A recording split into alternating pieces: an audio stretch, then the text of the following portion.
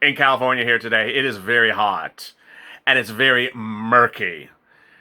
It's like Nancy Pelosi trying to describe some numbers for second stimulus.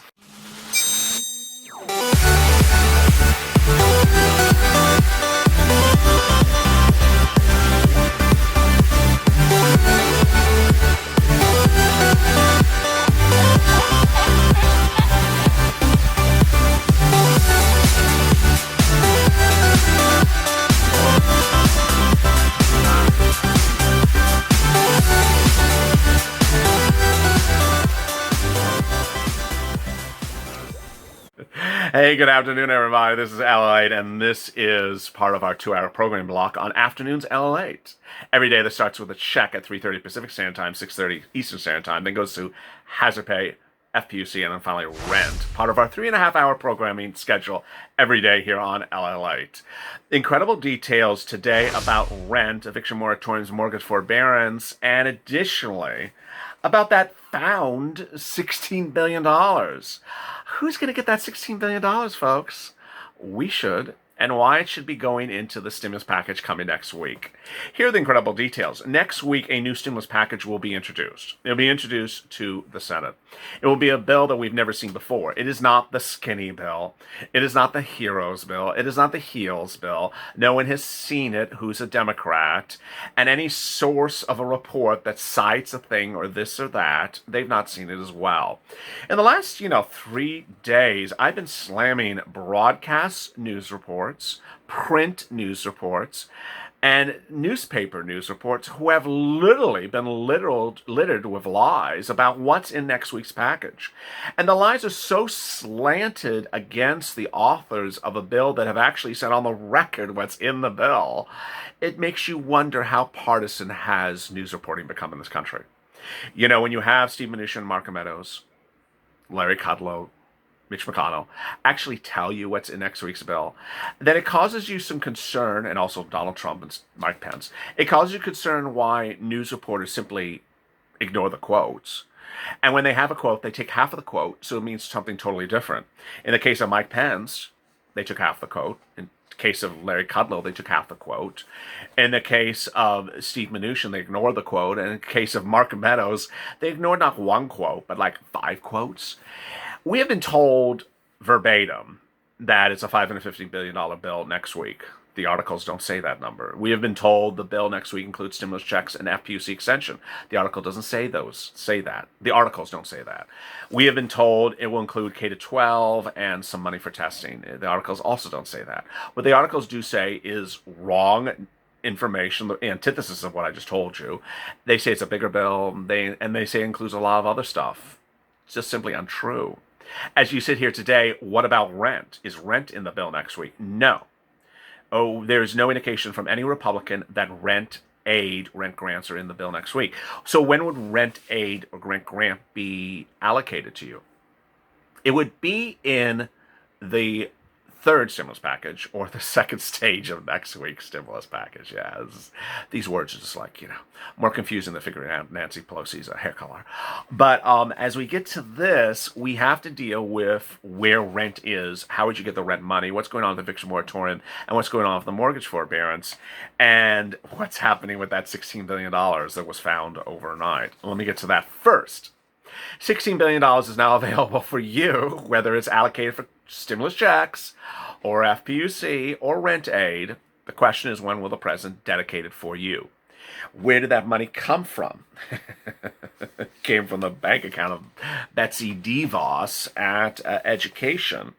What she did was she was dedicated money into the first stimulus package, which she then diverted for a purpose that was determined as unlawful on Friday and told to put the money back where it belongs. $16 billion. She was given $13.2 billion for elementary and secondary school educational relief fund, another $3 billion for governors could use for districts significantly impacted by COVID-19 for education under the first stimulus bill, the CARES Act. $16 billion total. 2 funding programs, both for education, in the CARES Act in March. Now, what's very not clear from the news reporting is whether it was only to be used for education or whether she diverted to education thereafter. But it's $16 billion from the CARES Act that's not been used for anything. So how about using it for stimulus checks? How about all those other things that aren't being used? It's a consistent discourse that we're hearing there's all this money sitting around from the first stimulus package that hasn't been used. And you haven't gotten your stimulus checks. And you haven't gotten your rent aid. And you haven't gotten any utility assistance. 16 billion.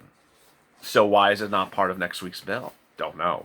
Why is it not part of a $16 billion rent aid relief? Imagine how much money $16 billion could help Americans right now for rent across the country.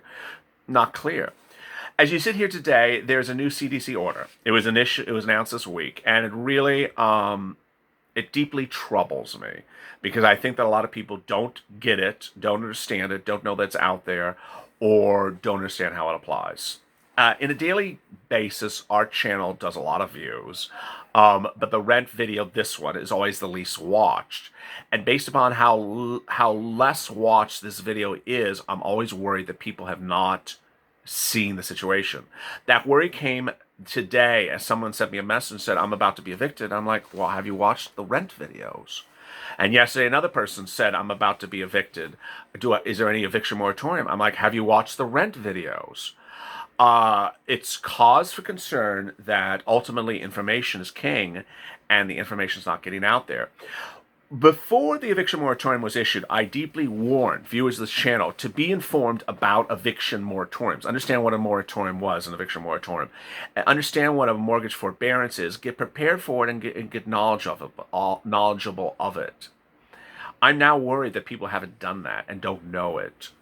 And that those that do know it aren't prepared appropriately. So let's get it together now, folks. Come on now. I'm ramping up and saying right now, I'm going to shake you and say, let's get to it. First, there's an eviction moratorium in place. You cannot be evicted if you live in an apartment as a tenant or live in a house as a tenant in a residential setting only. Doesn't apply to commercial. If you meet eligibility qualifications. What does an eviction moratorium mean? It means you cannot be evicted, cannot be thrown out. What does moratorium mean? It means you cannot be thrown out. I'm putting it in very, very simple terms. Okay, who qualifies for this? Very simple. Anyone who qualifies for a stimulus check. That means that if you made $98,000 less per last year, you qualify for this. If you're a married couple and you made $198,000 or less last year, you qualify for this. Pretty simple. Follow me so far? Okay, good. You qualify. So, what's the next step? The next step is to know what you need to do to qualify to apply it to your situation. Apply to my situation. Yes. So it's important to understand that eviction moratoriums, some people don't even know they exist, which is horrible. As those two viewers I told you about, just a few minutes ago, they didn't know it exists, and they're reaching out to me like, can you help me with an eviction situation? I'm like, there's a moratorium in place. Have you watched the videos? Then there's the people who know it's in place, but think they don't have to do anything. God, no. Those are my donut people. I'll just worry when it hits my bank account. Don't tell me about stimulus checks unless it hits my bank account. Oh, have you done non-filer filing? I don't think I need to do that. I'll just go have my donut. And that doesn't hit the bank account. Okay, this is the same type of person. There's eviction moratorium. I don't have to do anything. I can't be evicted. I can't be evicted. Na. No, you have to do certain things. What do you mean you have to do certain things? Yeah, you have to do certain things. And those things are, you need to go to the CDC, Charles David's Charles website, and get the order, get a copy of the order. You need to get the copy of the declaration instructions. What? Yes. You have to declare that you cannot make rent because of COVID-19 and that you're eligible based upon your 2019 earnings. I have to do something? Yes, you have to do something. As Bubba would have called me yesterday and say, LA, I'm about to be evicted. What do I do? Have you watched my videos, Bubba? No. My 100,000th viewer. 100,000th and one viewer. His sister, Bubba Jean, was my 200,000th and one viewer. He has a big family. Let's see if the 3,000th and one viewer joins me next. So Bubba 1001 said, was surprised as eviction moratorium. And I'm like, yeah, the Bubba, this is eviction moratorium. What would I do? Go to CDC. Is that like the The takeout? No, that's not Chuck E. Cheese. It's the Center for Disease and Control. Why are they in charge of rent? I'm like, yeah, no one understands that question either. I don't understand that either. But you go to them and you get a copy of the declaration to ensure that you fill it out and represent that you did not make over $98,000 in 2019. Then there's dead silence for Bubba. Yeah, you guys go do something. Well, what if I don't do it? Then you're evicted. Simple as that. You're evicted. The situation is very clear. I mean, this is not one of those situations where you can just simply do nothing and assume that you have protection. You have to go do something. Next, you will have to follow the instructions of CDC, which I'm not going to do a CDC informational video on this channel. But it looks like you have to provide this to your landlord, and the landlord has to have it. And then the landlord can also evict you if you engage in certain activities. So you need to be ensured that you're not engaged in those activities. They are, whatever, what you expect them to evict you for, something other than rent. And they can also evict you for rent if they feel they're physically endangered by you, which is just that's like walking by Nancy Pelosi's hairstyle. It's like, oh my God, so scary. So I don't know what that means, but there you go. Eviction moratoriums are in place, and so are mortgage forbearances. Mortgage forbearance is the same thing. You have to go to the CDC website. You need to pull down the order. You need to follow the declaration. You probably have to give the declaration to your bank. I don't know, but there's clear instructions there. And you know what your bank's gonna say is that, oh, you haven't done anything. Congratulations, you're foreclosed upon. I thought I was protected. No, there's no one better to ensure that they can foreclose upon you than the person who has a mortgage to foreclose upon you. Banks are probably ready to foreclose upon any of the one that they want to foreclose upon. That's been very clear in this pandemic. In prior situations of economic national emergency, banks sometimes have not wanted to foreclose because they don't want to take on properties. They just don't want to take the debt on. They want to have their mortgages paid and their principal and interest. This time, the housing market's robust, prices are still stabilized, numbers are going up. They rather take properties because they were probably mortgaged at a lower valuation or worth more money, and that they can get their money back by foreclosing. So don't underestimate the situation. As we go into next week, then, how about rent aid? Rent aid will not be in the second stimulus package next week. Absolutely, categorically not in there. It is possibly in the third stimulus package, which will be debuted potentially later in September. Third stimulus package or stage 2 of next week, or Minnie and Mickey. I don't know what to call it at this point. There's so many stimulus packages. This one's the $650 billion package. It comes later in the month, and there's a lot of stuff that have to go in there. You have to have food, PPP, state and local, and rent. And so the rent grant aid would provide you relief that you would get the money from the federal government. You, the tenant, would apply. It's not like hazard pay. You would apply. And you would get the grant money for rent and for utilities. Viewers have asked me, where do I go get that now? Not law. Where do I apply? Where's the website? Not law. Who's going to be the agency of the federal government that's going to administer the money? We don't know. How much money will there be? We don't know. How soon can I apply? I don't know, but the minute it goes live, you need to apply. This is one of those diminishing funds again. There's not unlimited sums of money for you to use. It's one of those things, first come, first serve. I've always said, get your application on file. It's like, it's like a game show. Get your application on file. Get on file, get on file, get on file, because it's first come, first serve. Are there eligibility qualifications? Certainly will be eligibility qualifications. They're likely going to follow the CARES Act.